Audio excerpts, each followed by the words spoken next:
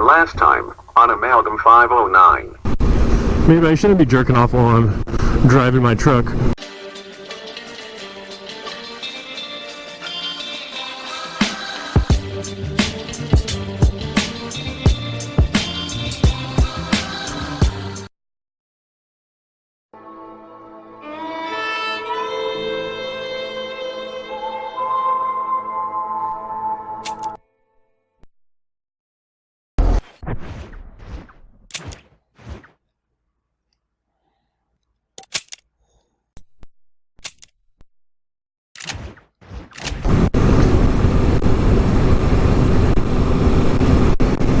I'm breaking one of my own rules today. I'm actually headed into Spokane.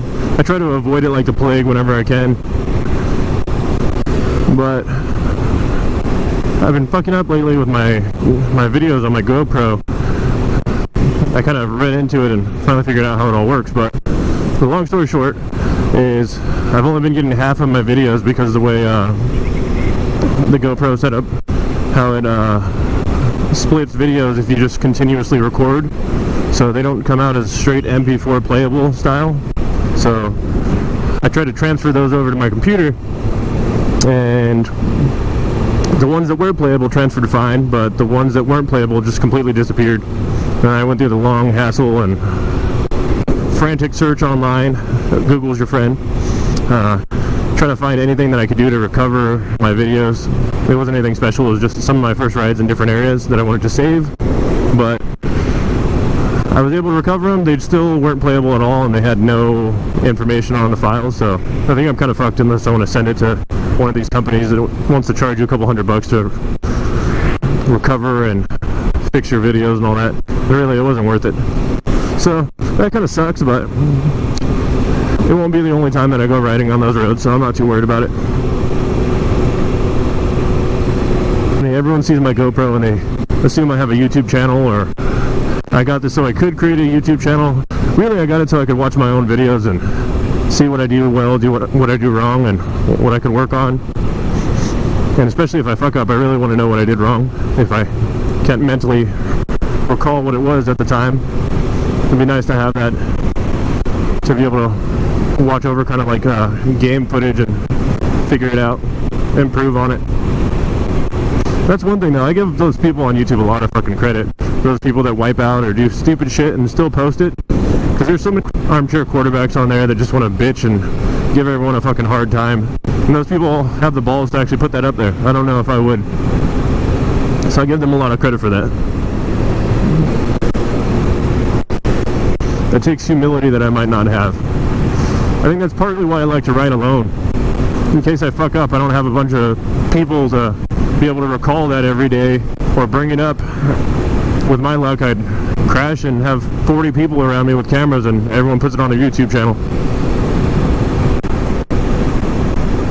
Yeah, but I mainly got the camera so I can kind of learn from my mistakes, see what I do well, what I need to work on, and also for just safety. Spokane is fucking crazy. When you get into Spokane City, there's more potholes than paved road. So it's kind of crazy. Having a camera is kind of for my own safety, or I guess it won't really do me much if someone fucking runs me over. Who knows, maybe my son will one day grow to avenge me if something happens. But I didn't really have any ambition or desire to be a moto vlogger.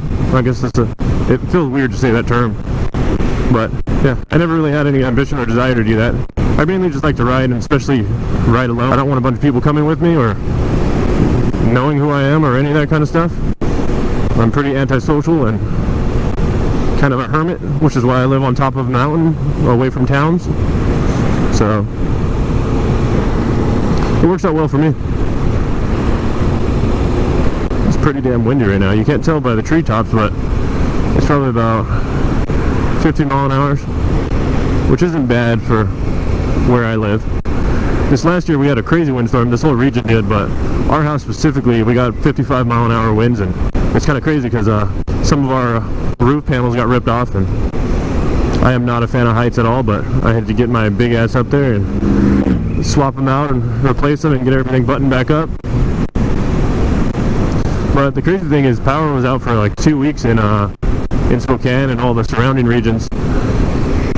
So it's kind of crazy. Thankfully we have a generator set up and we have solar. We live kind of a homestead lifestyle, so it wasn't too big of a deal for us, but it's always just crazy coming into town whenever something like that happens. Because pretty much everything's shut down because they don't have power. Some places have backup generators, but it's hard to get gas anywhere. And any place that is open has a huge line of people waiting to get gas for their generators. But I think there was something like 200 to 300 trees down this last year because of that windstorm. And it was right around, I want to say, Thanksgiving, which made everything kind of interesting.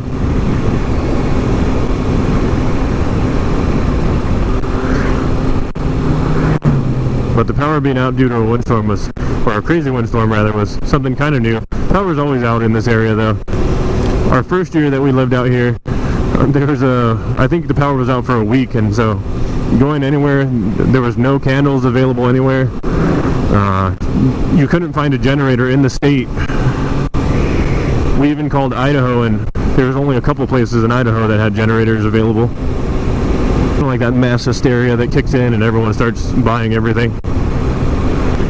I meant to stop this video along the way so I could try and do something a little bit easier to make sure I don't lose any of my video, since the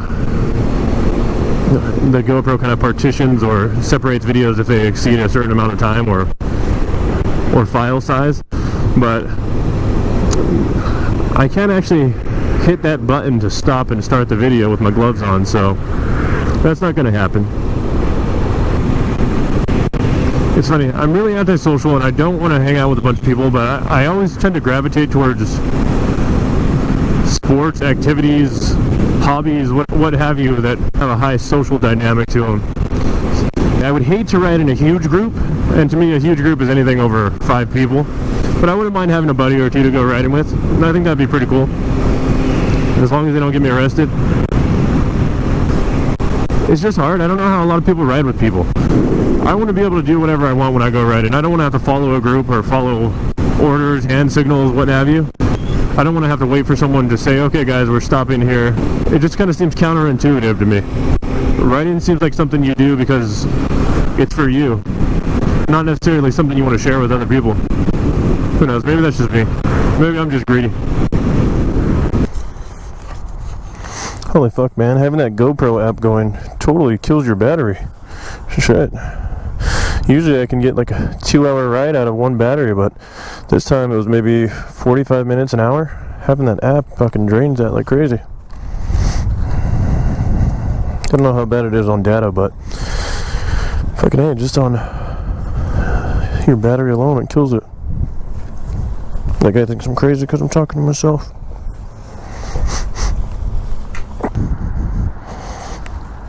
Got a little bit of taco fuel, ready to get back on the road.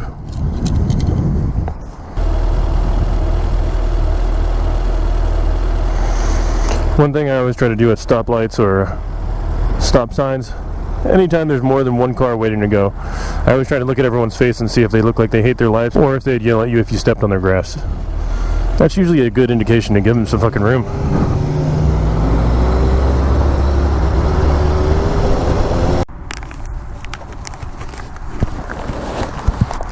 Alright, had to swap out my SIM card.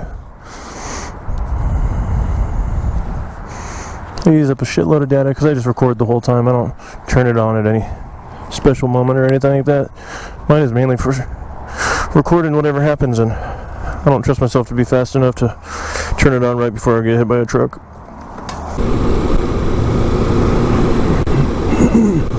This road is probably one of the most beat up I've been on today.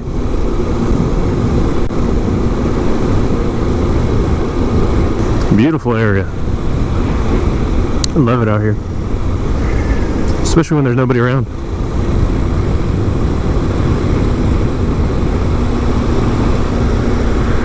Do you see me?